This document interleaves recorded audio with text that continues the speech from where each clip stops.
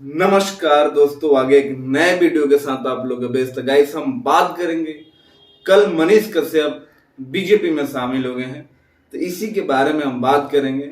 Video को पूरा देखना और चैनल पे पहली बार होंगे तो चैनल को सब्सक्राइब कर देना। मनीष कश्यप आए थे बिहार को बदलने, देश को बदलने, लेकिन किसी को नहीं पता था कि वो बीजेपी में शामिल हो जाएंगे। उन सारी चीजों पर हम डिस्कस करेंगे। मनीष कश्यप सबसे पहले बीजेपी में शामिल बहुत पहले से ही होना चाहते थे, क्योंकि आप लोगों को पता होगा कि वो आरएसएस भी ज्वाइन कर रखे थे। आरएसएस में उन्होंने काम कर रखा था। जो आरएसएस ज्वाइन करता है ना, वो बीजेपी में ही ज्वाइन करता है।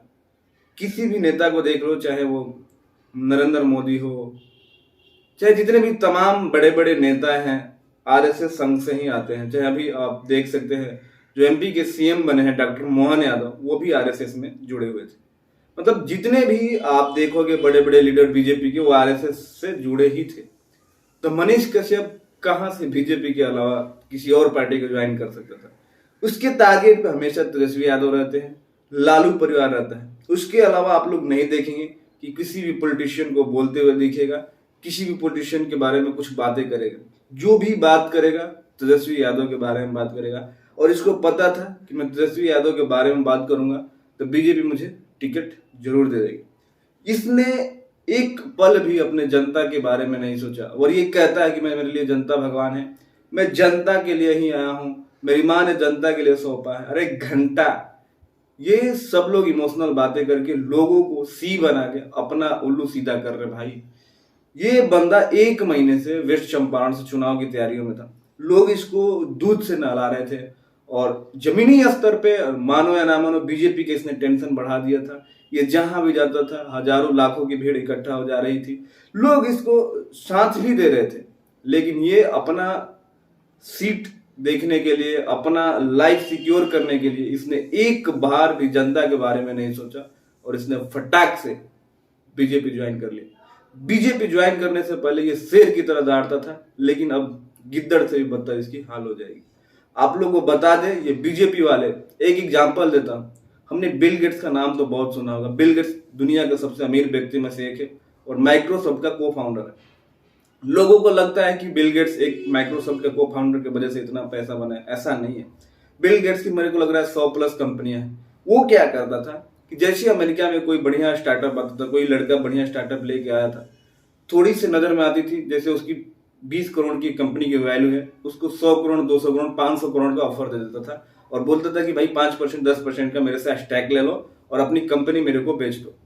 अब ऑब्वियस सी बात है यार, जो इंसान महीने का 1 करोड़ रुपए कमाने के बारे में सोच रहा है, उसके सामने 500 करोड़ का ऑफर होगा, क्या वो ठुकराएगा? कभी नहीं ठुकराएगा। वही वही हाल हुआ मनीष कश्यप का। ये बिहार को बेचने से बचाने के लिए आया था और खुद ही बिक गया। यार कम से कम उस जनता के बारे में नहीं तूने सोचा, तो कम से कम तू हमेशा एक बात के लिए कहता था कि मनीष कश्यप कभी बिक नहीं सकता, मनीष कश्यप कभी झुक नहीं सकता। मेरा बाप आर्मी में है, मेरे दादाजी चीन के साथ लड़ाई लड़े हैं, स्वतंत्रता संग्राम के मतलब लीडर थे, कि पता नहीं क्या क्या बोलता है। यार उन लोगों के बारे में तो तू सोच लेता है। तू, तेरे को एक बार इन लोगों ने टच किया और तू पट से बीजेपी ज्वाइन कर लिया, तू हार जाता। और भाई रहा बात स्वाभिमान की, तो पूरे इंडिया में अभी तक नेताओं में एक ही बंदा है जो अपने स्वाभिमान को लेकर लड़ाई कर रहा है। आगे करेगा नहीं करेगा वो अलग बात है, जिसका नाम है रविंदर सिंह भाटी। उस रविंदर सिंह भाटी ने बीजेपी पहले ज्वाइन करा था, बीजेपी ने वहां से चुनाव नॉमिनेशन उसको मना कर दिया कि हम आपको अगली बार चांस देंगे। उसने निर्दलीय लड़के मोदी जी के रथ को रोका और निर्दलीय विधानसभा में चुनाव जीता, और फिर एमपी का चुनाव लड़ रहा है। क्या लगता है आपको बीजेपी वाले ने उसको टच नहीं करा? अरे उसको हजारों फोन रोज जाते होंगे बीजेपी मर्ज होने के लिए, लेकिन उस बंदे ने मना कर दिया। लेकिन ये मनीष कश्यप 1 महीने से लोगों के इमोशन के साथ खेल रहा था। लोग इसको अपने दिलों में बैठा के रखे थे, लेकिन ये मनीष कश्यप एक बार भी नहीं सोचा और इसने बीजेपी ज्वाइन कर ली। इससे क्या लगता है? मुझे तो यही लगता है कि ये बीजेपी का एजेंट था।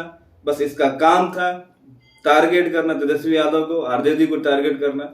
बाकी किसी पार्टी को ये टारगेट नहीं करता था, ना ही अपने किसी नेता के बारे में इसको गलत बोलते हुए देखा होगा।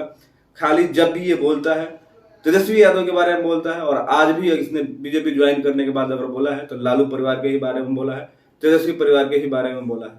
तो गाइस आप लोगों का मनीष कश्यप के बारे में क्या कहना है कमेंट करके जरूर बताना। बाकी सोशल मीडिया पे इसको इतनी गालियां पड़ रही है, कुछ कमेंट मैंने चला दिया है वीडियो में, आप लोगों को देखने को जरूर मिला होगा। बाकी मिलते हैं अगले वीडियो में।